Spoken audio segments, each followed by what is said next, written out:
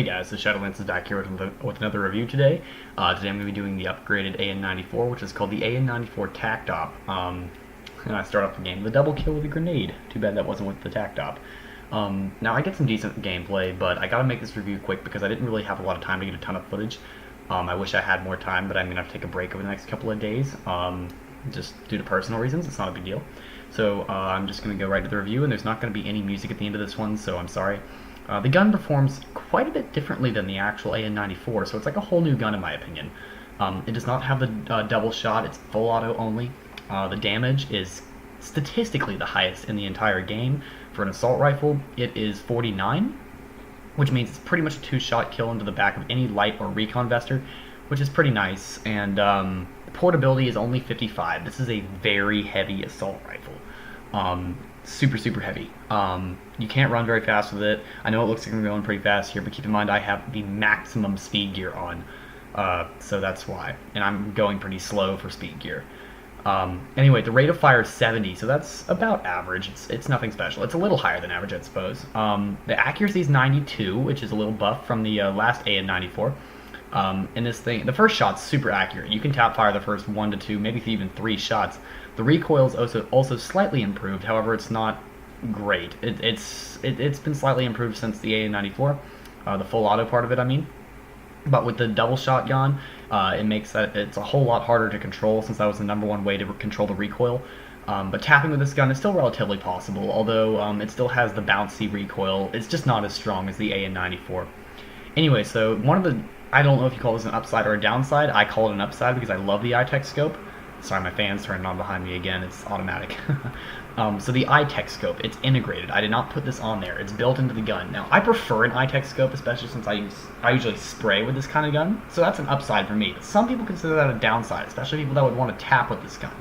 Now, I don't find tapping to be that impossible with the iTech scope, but some people can't go without an ACOG. So that's one thing to keep in mind. Whereas on the AN-94, you can swap your scope out as much as you want. So that's just one thing you might want to keep in mind. However, you can still put a suppressor on this and a magazine. If I were you guys, I would put on an extended magazine 1, so you have the extra spray, and you have the even number of bullets. Well, all 3 clips have an equal number of shots, and then a magazine, and then the suppressor. The only one I would ever use on a gun like this would be the S1 or the S3. I would never use the S2 on this. I would use the S1 to control the recoil more, which would be not a bad idea. But I would also use the S3 to do the flash. I honestly prefer the S3 most of the time, but because of the recoil in this gun, I might actually use an S1 every now and then. So yeah, this is one thing I wanted to point out. And the recoil in this gun, the actual statistic, is 66, which is, like I said before, very high. Now the basic ammo size of this is 30 of 90, like any average assault rifle. Anyway, I want to go back to the damage for a bit. It's a solid 3-shot kill. I don't think I've ever seen it be more than a 3-shot kill, no matter what the distance is. And it is 2 shots to the back of a player wearing a light vest, or a recon vest, obviously.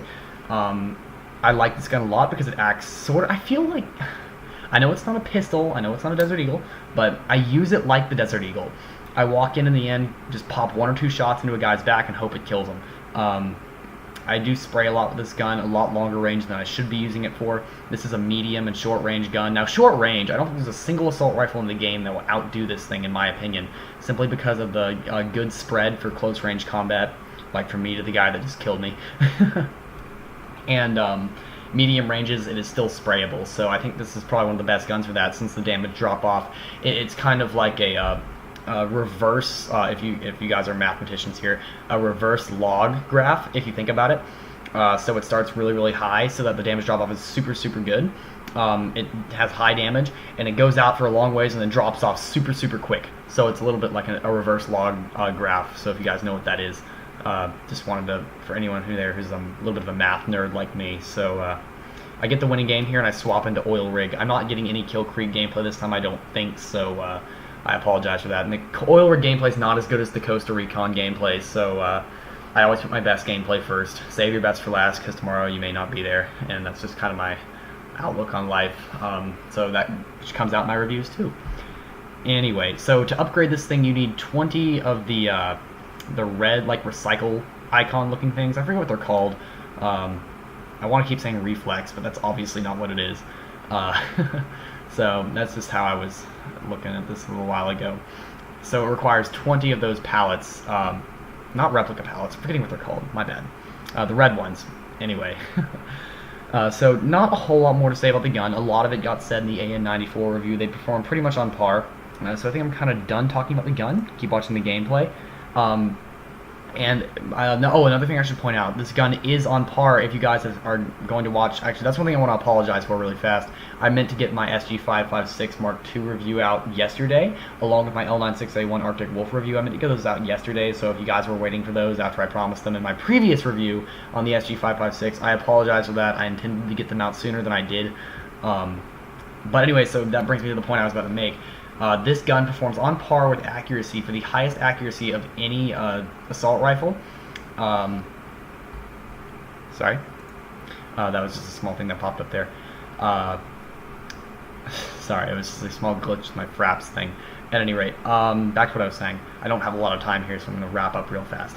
It has the highest accuracy of any assault rifle on par with the SG556 Mark II, and with the higher accuracy versus the lower accuracy, I typically think that the SG556 Mark II would serve you better. However, it has a much worse damage drop-off than this gun. So, it depends. If you're not worried about the damage drop-off, go with the SG556 Mark II. If you're not worried about damage drop-off, or you are worried about it, my bad. If you are worried about it, please use this gun. It will serve you much better. The recoil obviously is stronger on this, but it's not uncontrollable. It's not good, obviously, but it's not uncontrollable.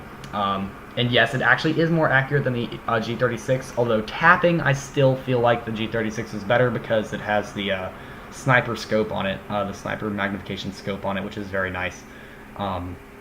Anyway, so I don't really have a whole lot more to say. Just wanted to apologize for not getting the other two reviews out yesterday as promised. My fan just shut off, so that was good. I know it's extremely random. I guess I didn't do as bad in this oil rig gameplay as I thought I did. I seem to remember not doing very well, but I guess that's okay. Really don't have a whole lot more to say about this gun. Oh, I just remember what they were called. They were called fusion pallets. My bad. Not replica. They're called fusion pallets. That's my bad. The only other new thing about this gun is the foregrip, and that's about all I wanted to say. Just the last little thing I can think about. So I will see you guys next review. I hope you guys will rate, comment, subscribe to support me, and I will see you guys later.